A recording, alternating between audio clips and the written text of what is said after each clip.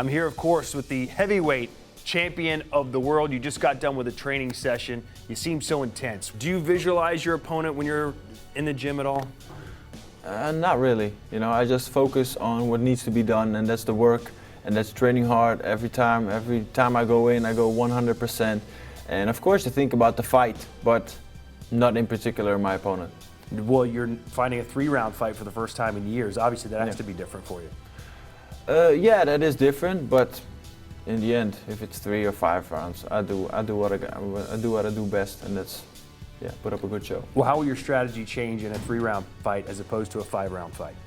I'm gonna push the pace from the first second. Now that we're a month or so removed from the SILVA fight, was it hard to focus on him knowing that you had this mega fight already set up and ready to go in December? No, totally not. Because that's what I'm saying. You know, I focus on the job, on the business that needs to be done, and the business at hand back then was Anderson Silva, so I focused on that. You say you weren't thinking about Badr, but after you stopped Anderson Silva, you gave one of these. Yeah. Who was that to?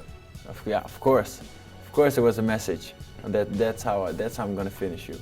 That's how it's gonna be done.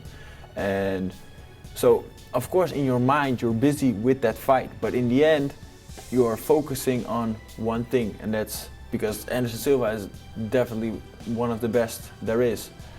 And he's fought everybody, he's done everything, and is not a guy who you can just push aside. Yeah. So I definitely needed to focus on him.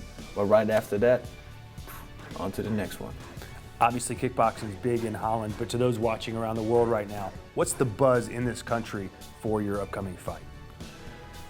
I think the buzz is the bad boy versus the good guy. But how big is it? Like, how many people are coming up to you? How often do you hear about it, read about it? The whole day. The whole day. Everybody's messaging me on Facebook, on Instagram, on every social media outlet there is. On the street, people say, "Oh, you ready for this fight? How you feel? You look ready. We can't wait. We support you." So it's so much love, and that's all you can ask from the fans, and that's why I took this fight, why I wanted this fight. It's for the fans, because this is the fight the fans wanted to see. What's been the biggest fight kickboxing history in your mind? Looking back, what was the fight? The fight, which I think my #1 K1 fight is the fight versus Mark Hunt versus Ray SEFO, when they just both put their hands down and just smacked each other in the face. That was one of the best fights I can remember from the K1 days. I really enjoyed. I don't think that was the biggest fight, but just that moment in that fight, it's still in my mind. It's crazy. Do you honestly, when you think about this Badr fight, do you see it being an exciting action fight, or do you see it being a fight where you're able to just neutralize him and dominate him, and the fans are going to be like, this was boring? No, I think it's definitely going to be an exciting fight. But in the end, it's still going to be like, oh, yeah, it's the outcome we expected. It's Rico that neutralized Badr, and he did what he had to do and win that fight. Your trainer said you're going to knock him out. Is he more confident than you? Is that your thought? No, definitely not. I'm definitely confident I'm going to knock him out, because he's gonna get exposed, and that's the moment I'm gonna show his mistakes. Now, he hasn't fought at an elite level for a while. It seems like he's been kind of hovering in and out of retirement. What do you think you're going to face when you get in the ring? Are you going to face the best version of Badr Hari?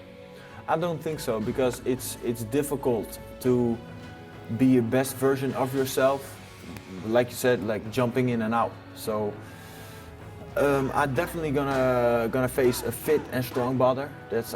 I'm sure that, and because he's training really hard, of course, like he should. But in the end, he doesn't have the fighting rhythm, and like I have been for years. You know, it's not just one fight or 2 fights that I'm in this rhythm. I've been in this rhythm for years. So top fights. I'm 7-time world champion now. So, you know, it's gonna be a very hard day for him. Let me show you this picture. You talked about him being in shape. He posted this picture of himself on Instagram the other day, and we were all kind of like, wow, pretty impressive. What do you think about that physique? Yeah, it's nice. I like it. I don't think I've ever seen him look that good. Have you? No, definitely not. So he's definitely training hard, and I would love to see that diet. Yeah. I would love to see it because I want a body like that too. Maybe it's just Photoshop. Yeah. No. I don't think so. Yeah. I don't think so. That would be strange. Yeah. So, but in the end, you know, it's all good. And yeah, I love to see that he trains hard because that shows he's taking the fight serious. I'm taking the fight serious, and we're gonna put up a good fight for the fans. Obviously, it's a huge fight for you, but you're still, what, 27 now? You've got a long way to go. Yes, His legacy is on the line. This could literally be his last fight. Mm-hmm. Do you think that could mess with his mind once the fight starts? Yeah, I think so. This is his. If he loses this fight, well, yeah, what happens to his reputation in his mind? Because still, in the end, still the reputation is going to be there. You know, he put up a lot of good fights, but yeah, what's going to happen in his mind? I don't know. Yeah. I know he had a list at one point, or maybe he still did it, with your name on it. Do you remember when you first heard you were on his list? How did that? How did you react to that? Yeah, I had to laugh. Like, oh, he's putting out lists now, and that's the thing. So people are telling me like, oh, Rico, you called Badr out. Oh, you a boss and you don't care, and let's go. Like, hey, this man called me out 2 years ago with putting me on his list. So who's calling who out? Whether it's real or manufactured, he's made people think that he despises you. Do you really think he feels that way about you? And if so, why? I don't know, man. I think so. I think because he said that in multiple interviews and even interviews before he was fighting me, like he really hates his opponents, and yeah, I don't know. Maybe that's his motivation to train or whatever. I don't know, but it's a certain way to go. How do you feel about him as a person? I don't know him as a person. So he does what he does, and I do what I do, and in the end, we need each other to make kickboxing history. So, and that's what we're doing. So I just do what I do best, and that's put up a good fight and train really hard and make sure the fans get happy. And that, like I said, this is the fight the fans wanted to see. So yeah, why not call him out and make the fans happy? Because in the end, for me, I fought everybody. So the fights there are people gonna see is gonna be like maybe Adekbui Rico 3 or BRESTOVAC 2 or whatever. Sequels, right? Yeah, you know, so it's gonna be sequels, but that's not what people want to see. People want to see new fights. They want to see big fights.